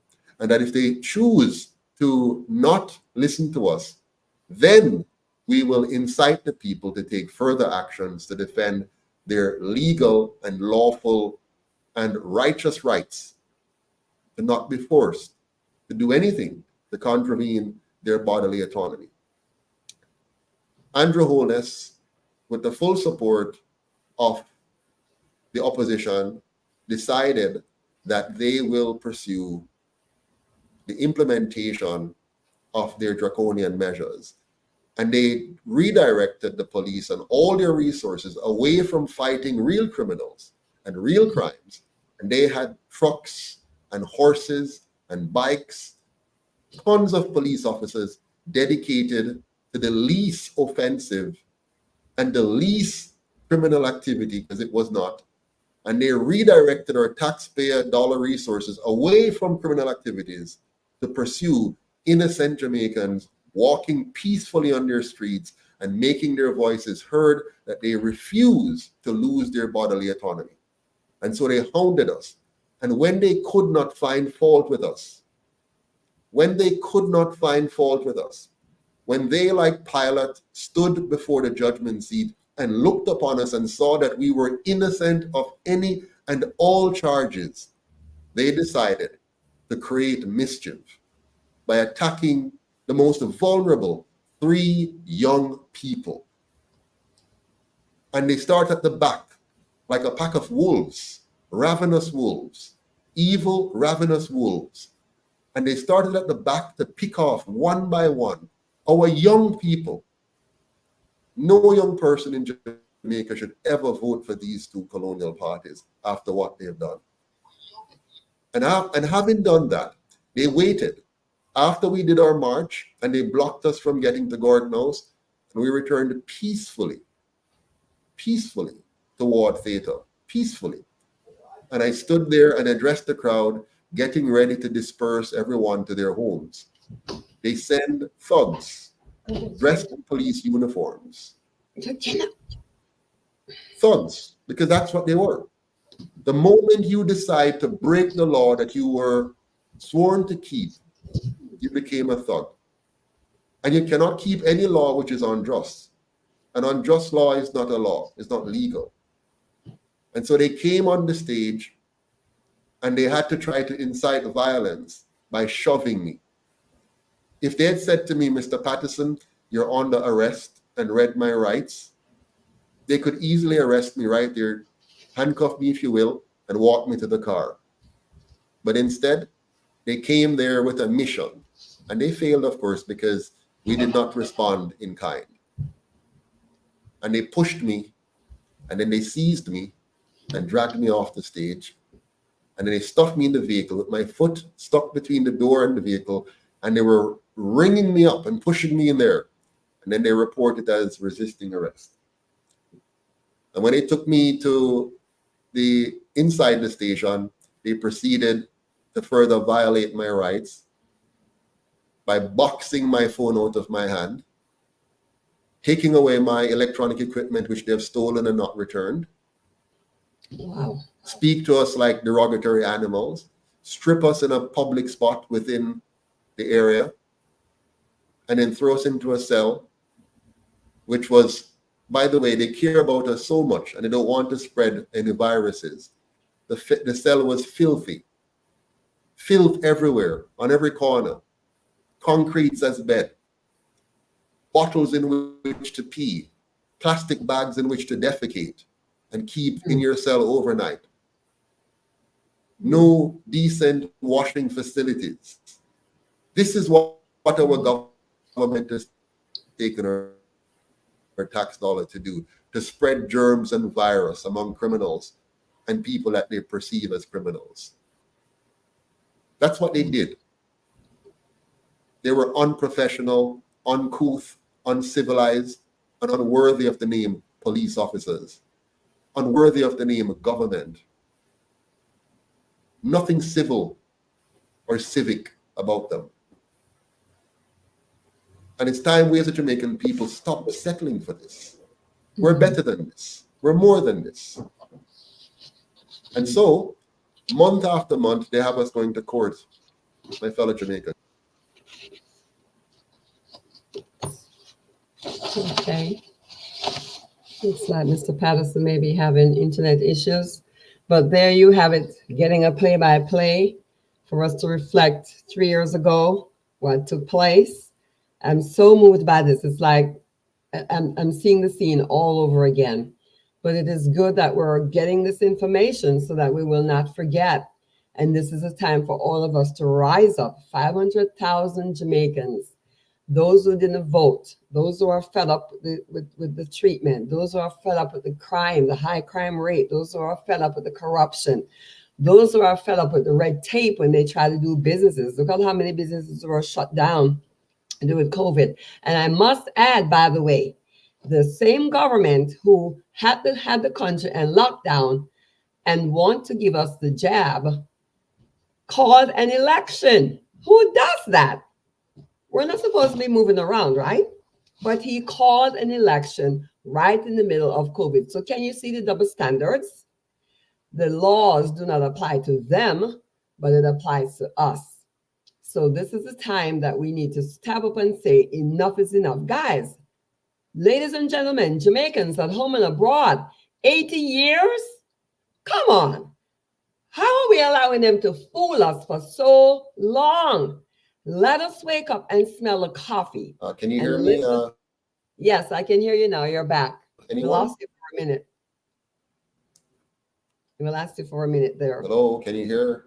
Yes, we can hear you, sir. Can you hear us? We're Not sure hearing if you. we heard or not. Yes, we're hearing you. Are we back? Can Yes, anyone hear we're me? back. We're hearing you, sir. Okay. All right. All right. Good. Okay. Thank you for that. Yes. So what was I saying? Where was I? You were saying it's time for us to wake up and get the UIC in office, sir. To sum it up, that's it. 500 people Good. for the change that we need. 500,000 people. Okay. All right. Yes. Struggling a bit here, but let me see. All right. Yeah. So I was going to just cover now the issue of the legal situation. So they have kept us in going to court month after month after month because the Supreme Court, the Constitutional Court, has put off our case. Now the government levied charges against us, and we countersued the government and said, well, based on what is in your own constitution, you have acted contrary to that. And we have that now before the Supreme Court. The Supreme Court took months and months and months and months and months to see the case or to hear the case. In the meantime, we have to keep going to the lower courts every month or two to give an update and to have them decide whether they're going to wait any longer for the Supreme Court's ruling. Finally, the Supreme Court met with us twice or three times, and then they finally said they're now going to give a verdict, and that verdict should have come on July 31st. They have not given the verdict on July 31st as was agreed, and of course they have not given it on August 31st either, and here we are now in September. So we continue to wait on the Supreme Court. Now the trick is all of these people act in collusion, right? So the Chief Justice can delay this as long as he wishes. So if it suits him and those who are associated with him, they can simply keep delaying so that I remain in court for as long as possible, and they can continue to drain our time and energy and our financial resources, which is a way of controlling your political opposition. You have seen it in other countries where they try to use the justice system. They weaponize it against their political opponent. Well, we are used to that in Jamaica. Not the people. The people don't understand it, but we in the UIC understand it. They have weaponized the banking system against us because they know as long as they don't give us the bank account, that remains an issue in the public domain, and persons can infiltrate us and try to use that against us. And by them keeping me in court, again, they weaponize the justice system because it keeps you distracted from focusing on fighting them. It drains your financial resources and so on. So that's their strategy. Now, what is our strategy? Because we don't have to allow their strategy to work. Our strategy has to be, why don't we, the people, rise up? Why don't we, the people, say, you know what? We're going to donate. We're going to join this UIC. We're going to donate to this UIC. We're going to volunteer in this UIC. And we're going to make sure that Jamaica has a political party, a political movement that is of the people, by the people, and for the people. That's all we have to do, you know. We, the Jamaican people, have the power in our hands, but we keep waiting for somebody else to do what only we can do it. Joseph Patterson can't do it. No one of us on this platform here can do it, but we can do it because we are stronger than me. I am just playing one role in this process. My role is the convener, the facilitator, the face that takes some of the punches on our behalf. But just imagine if we become more powerful than me, that no punch can knock us out because we have the volume of numbers and we have the volume, all of our little bit of dollars. If all of we were to give $10 a month, 1,000 of us give 10, then that is 10,000. 1 2,000 of us, that's 20,000, right? And we can keep growing, but then we will have the power to fight them in the courts, fight them on the ground, and fight them at the polls. We don't have to get guns. We don't have to have sticks. We don't have to have machetes. All we have to have is the intellect that Ms. Patterson talks about, and channel now our brain power into our manpower and harness our financial capacity to stand up against them. In the next election, these two political parties will receive no less than $500 million to take this country away from you yet again. And they're doing it already. Look how much you own them fool. Look how much you owe them fool. You have people jumping up and down in green and orange like idiots, defending these two movements that is there to take away your rights and freedom. They have proven it to you already. They have sold off your sugar.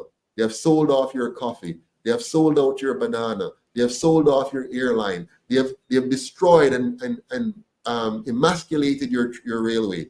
They have given away your highways. They have destroyed your schools, failing 82% of your students every single solitary year. They have brought your healthcare system to its knees, where newborn babies are in plastic chairs in a hospital, in a hallway. Seniors are dying on the ground. People are going in with one small ailment and coming out dead because they were not cared for properly. They are killing us, and they will sell you to the highest bidder. They will cause you to be injected with anything. They don't even care what the injection is, as long as somebody gives them $1 for it.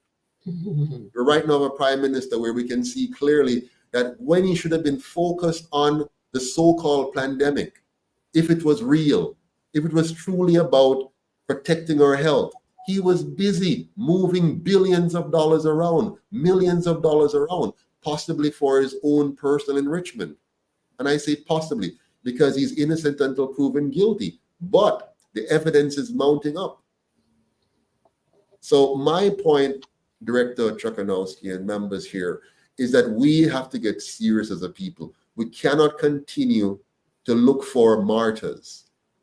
We must not allow them to repeat what they've done to Marcus Garvey and Malcolm X to us again. They will always kill your leader. They will always get rid of your leader.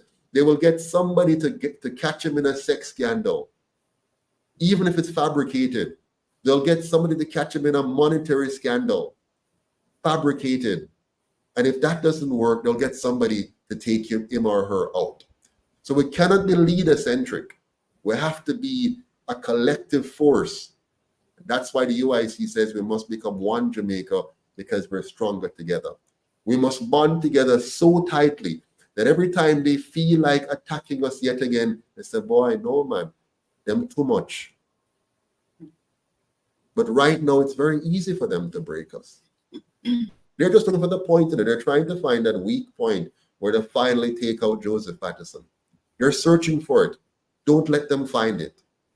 Let us put the strong point in front. And the strong point is this: when we come together, they cannot match us. It's only 63 of them in parliament, and it's only a few of them in the PSOJ oligarchy. Enough away in the country, here on the island and overseas. We have 7 million Jamaican overseas, and we have nearly 3 million here at home. If just 500,000 out of all of that comes together, we are unstoppable. And so in summary, we're still in the court. They hope to crucify us there. We have won the case already. Our lawyer, Mr. Hugh Wildman, has been excellent. He has prepared a solid case against the government, and he has delivered that case with the greatest of intellect and aptitude and skill. And every single judge on the bar knows that Mr. Hugh Wildman is right, that his argument is sound, and that the case is closed. And so they're delaying in bringing a verdict because they don't want to bring the verdict that they know they must bring. I know they're under pressure.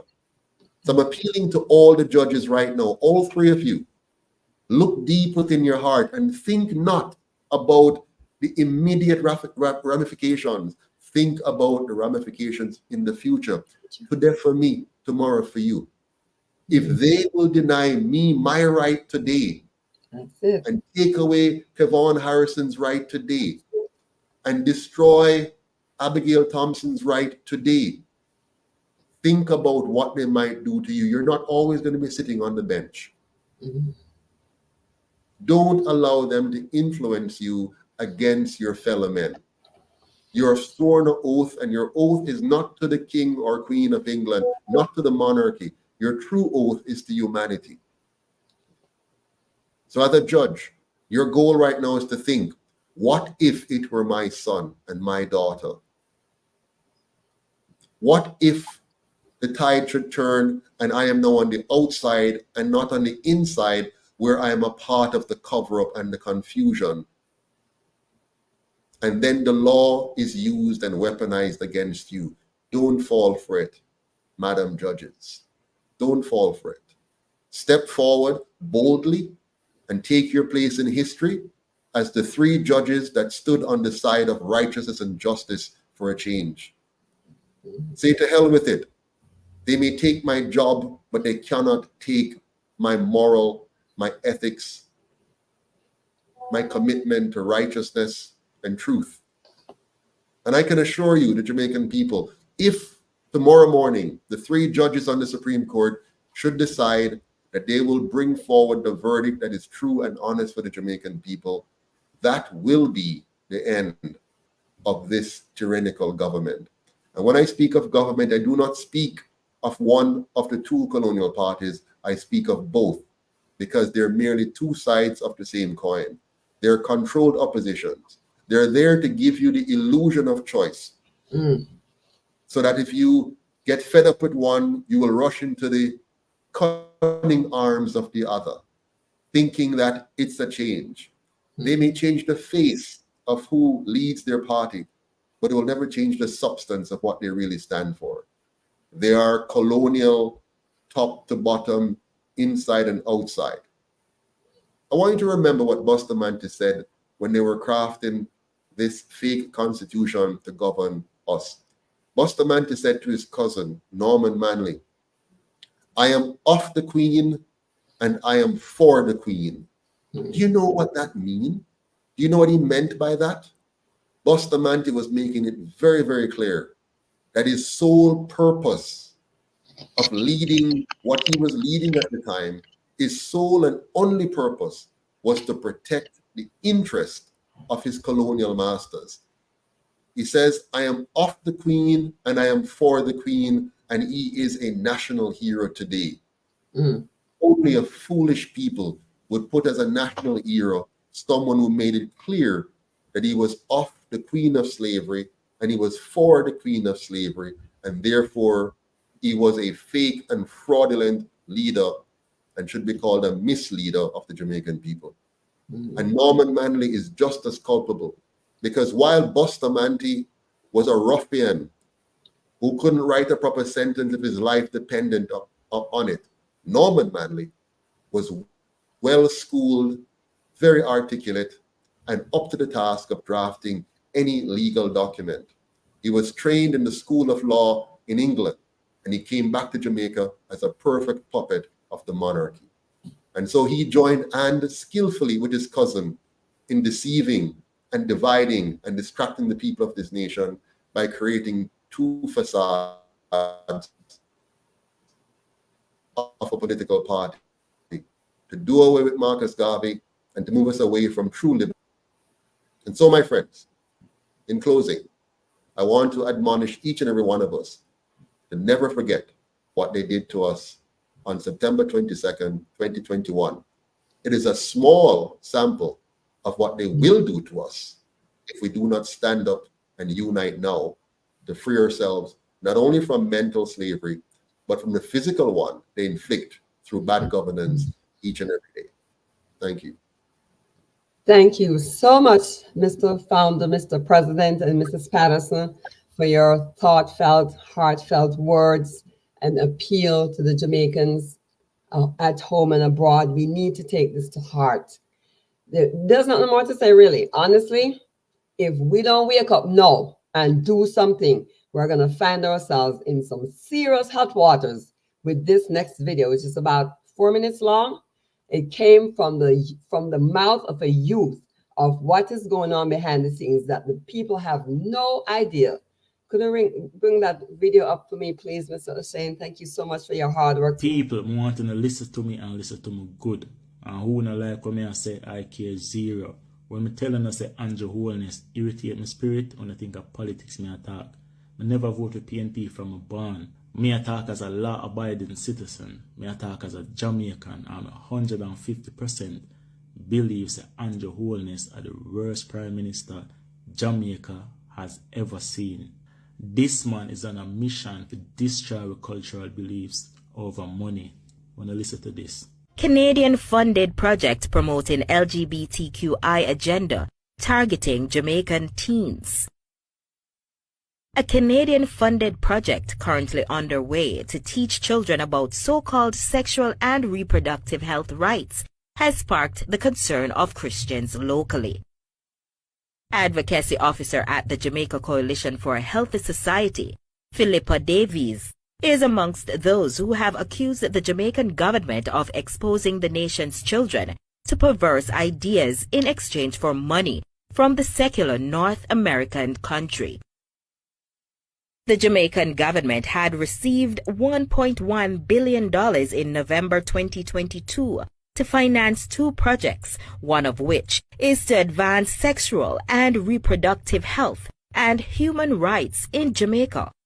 A little over half of the funding was allocated to implement the Strengthening Access, Inclusion, and Leadership for Sexual and Reproductive Health and Rights in Jamaica, SAIL SRHR project, over a 5-year period from 2022 to 2027. The project is targeted primarily at adolescents. What do we understand the term sexual and reproductive health and rights to mean? It means abortion. It means advocating and teaching LGBT ideology in schools. It means confusing children as to what their real human identity is. It means saying to children that sexual feelings ranks higher than what biology and anatomy says. That was Advocacy Officer at the Jamaica Coalition for a Healthy Society, Philippa Davies.